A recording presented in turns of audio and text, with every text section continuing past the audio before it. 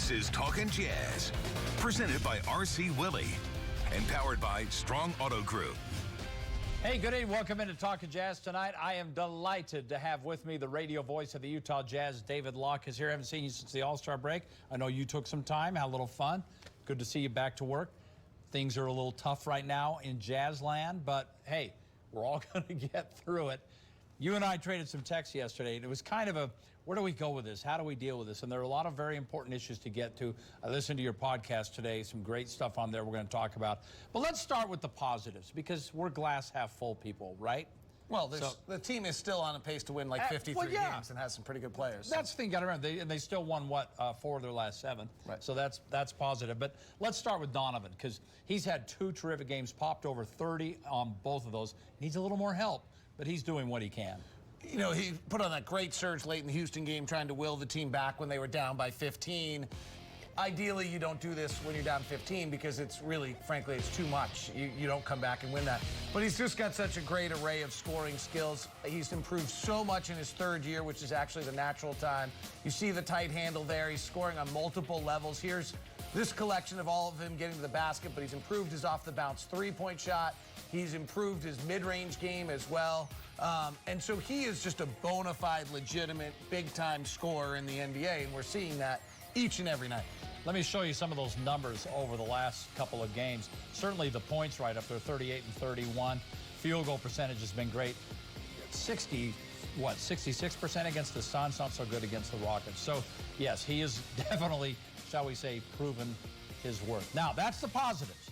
Let's talk a little bit about some of the more difficult things. And you brought up a situation with transition defense, especially a point of the game last night where it happened, what, 2 or 3 times in a row that you were We're just having these gaps, like these moments, and there can be 3 or 4 possessions where you just kind of slip. But, you know, that'll cost you 4 or 5 games, and most games are decided by that. So those are the difference. And then, obviously, things are avalanching on us right now. We've been down by 20 in each of the last 3 games. But, you know, everyone's kind of just loafing back. Gobert and Ingles have got their backs to the play, and Oubre goes right by him. These are just, you can't be the first core to great defense is transition defense. We have one of the best half-court defenses in the NBA, and here it is again. Like, Bogdanovich just didn't pick up the man. They didn't match up. That's not communicating. That's not doing what you need to do. Here it is again, if you watch. You know, this isn't even a fast break, and yet somehow it ends up being a layup with very little contest. Yeah. Those were 3 plays in a row. I admire Quinn Snyder for being able to call timeout and walk that other direction. Like, I wouldn't last as a head coach in this league. But it's, you know, you watch these, and here it is again. I mean, you see him a second time. It's almost worse when you take a second look at it.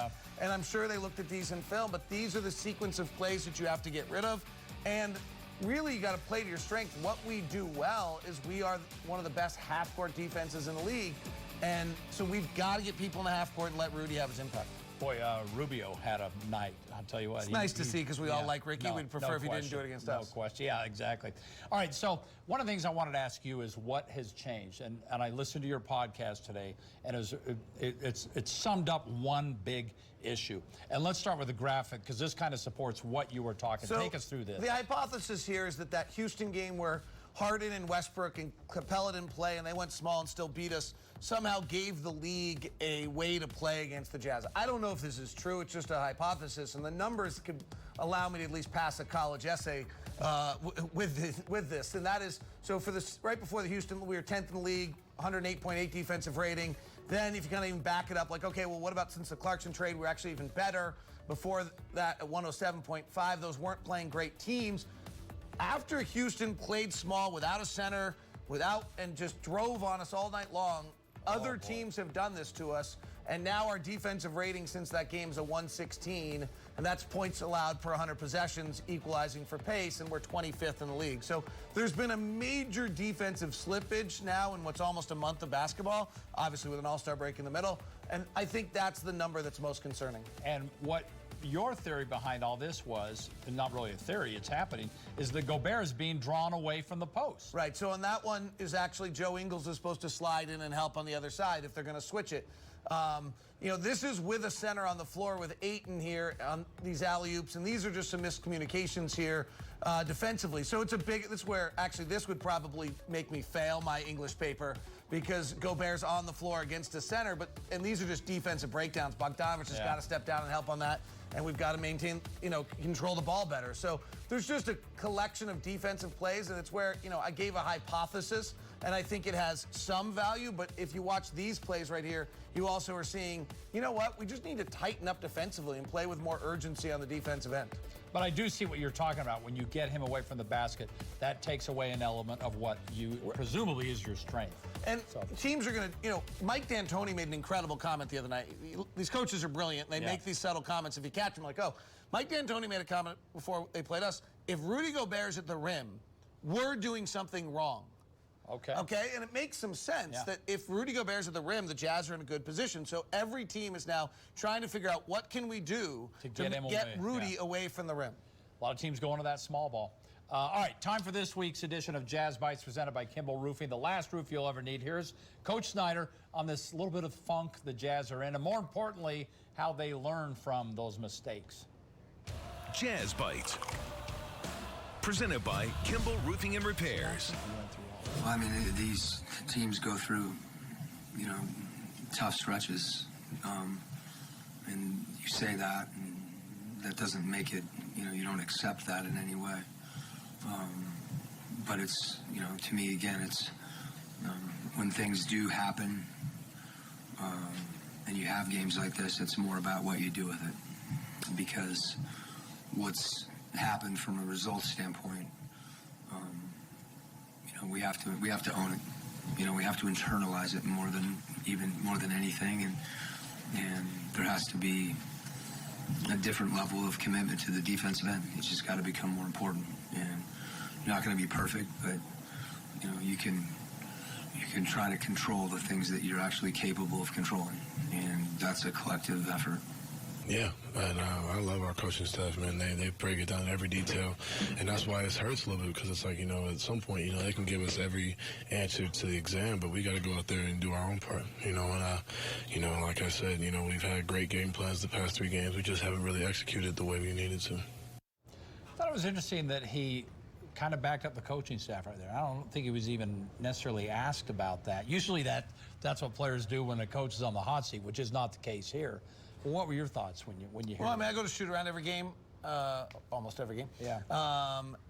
And what Donovan's saying is accurate. So I think he was just sharing what's accurate. I mean, they go to incredible detail in all of their shoot-arounds, and to the level of preparation that the players get to each matchup is down to pretty minute level of detail. And so for them to not be executing, I think they feel bad about I think there's right. They know, you know, there's no question. Here's the bright spot is, there's no one better to come up with fixes than this coaching staff. They've shown those adjustments, whether in a playoff series or throughout the season. And then you have good guys who probably need to collectively take a mental adjustment. If you think of most of our players, they think of themselves as offensive players, right? Mike Conley averaged 22 points a game last year. Donovan averages 26. Bojan averaged 20 last year. Post All-Star break, Rudy probably thinks of himself as more of an offensive player at times than a defensive player as well. You know, Joe thinks of himself as an offensive player. So, you know, there's a level where there's probably got to be a mental mind shift, and, you know, being embarrassed. I mean, some of those highlights are pretty hard to watch. I think it's harder for them to watch because they care. We think we care more because, you know, we're fans, but that's their pride. So these guys will bounce back. Coaches are putting all that work in, and like he said, we're not getting it done. All right, let's take a look at the schedule. I want to ask you about coming up here. 2 more before they head out on the road. Tough one Wednesday against the Celtics. Boston is they actually played at night.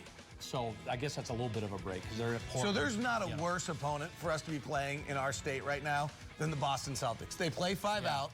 They're great defensively. They send a world of athletes at us. There can't be anything worse. So I assume we'll win by 7. Right? Like it would be just like that. I mean, this collection of talent that they have is 5 interchangeable pieces, spreading the floor, pulling the bigs out. You saw Anthony Davis trying to block a shot at 20 feet there. You know, if you watch them, their paint is open almost all the time. They play one-on-one.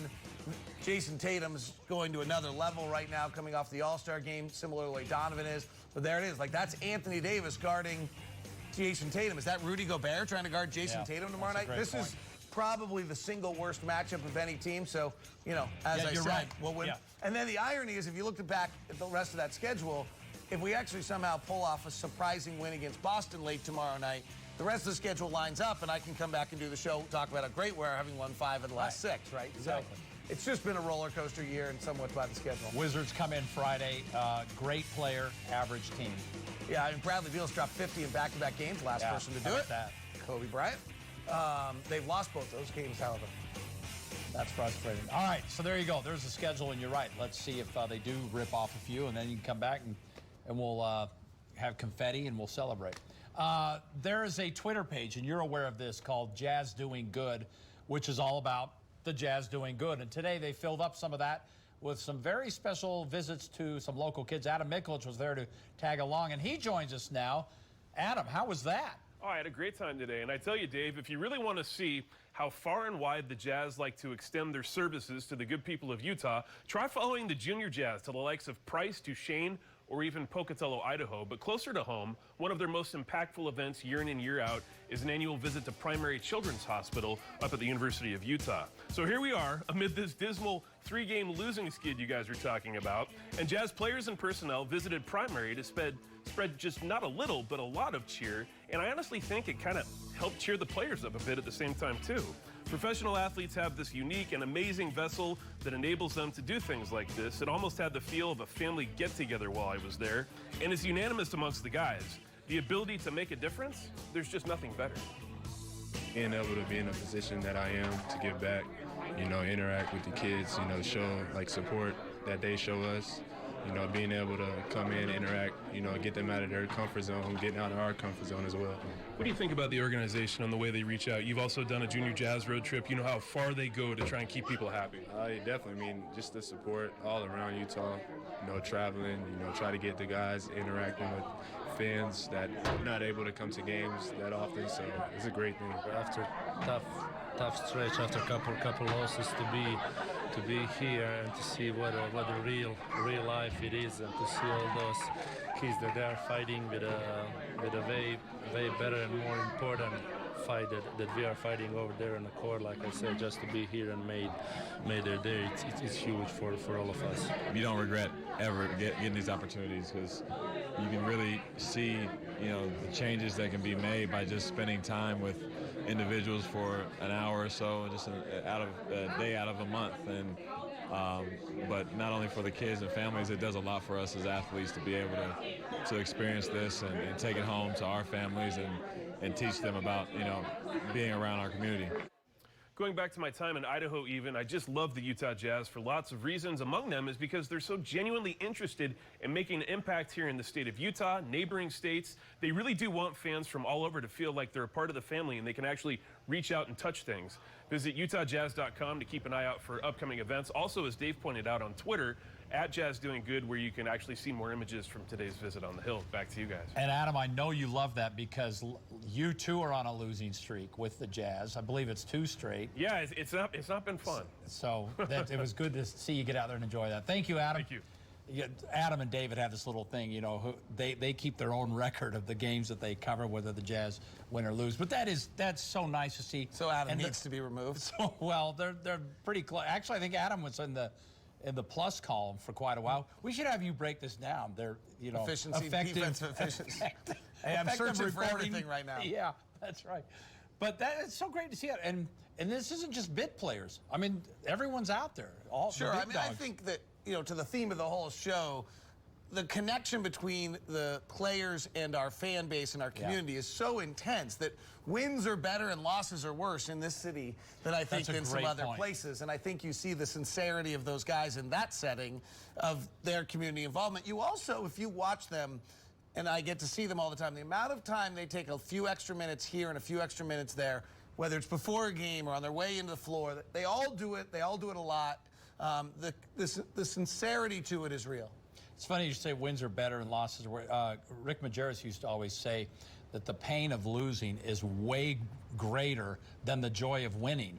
and maybe more. Does that make sense? You know, Well, I maybe think that's more how most athletes. I mean, that's how coaches and athletes might think, but I don't know about fans. So I actually ask every single one of our players before the year, and a sit-down interview I do with them, whether they remember their successes or their failures more, to learn a little bit about their personalities. And mental health coaches and sports psychologists would tell you you're far better off to try to remember your successes, because you can recreate them. Most athletes will tell you they remember their failures. Don't we tell our kids that all the time? The kids that are athletes and participate, remember the good stuff and don't worry about it. Also, when you talk about clutch, and particularly if you have kids that are athletes, they need to have a clutch experience that they can go back to and remember to be able to have their next. You know, you got to bury the big pot so that the next time you have the putt, you can go back to that moment. There you go. All right, we're going to wrap things up here on this week's edition of Talkin' Jazz with the radio voice of the Utah Jazz, David Locke, right after this.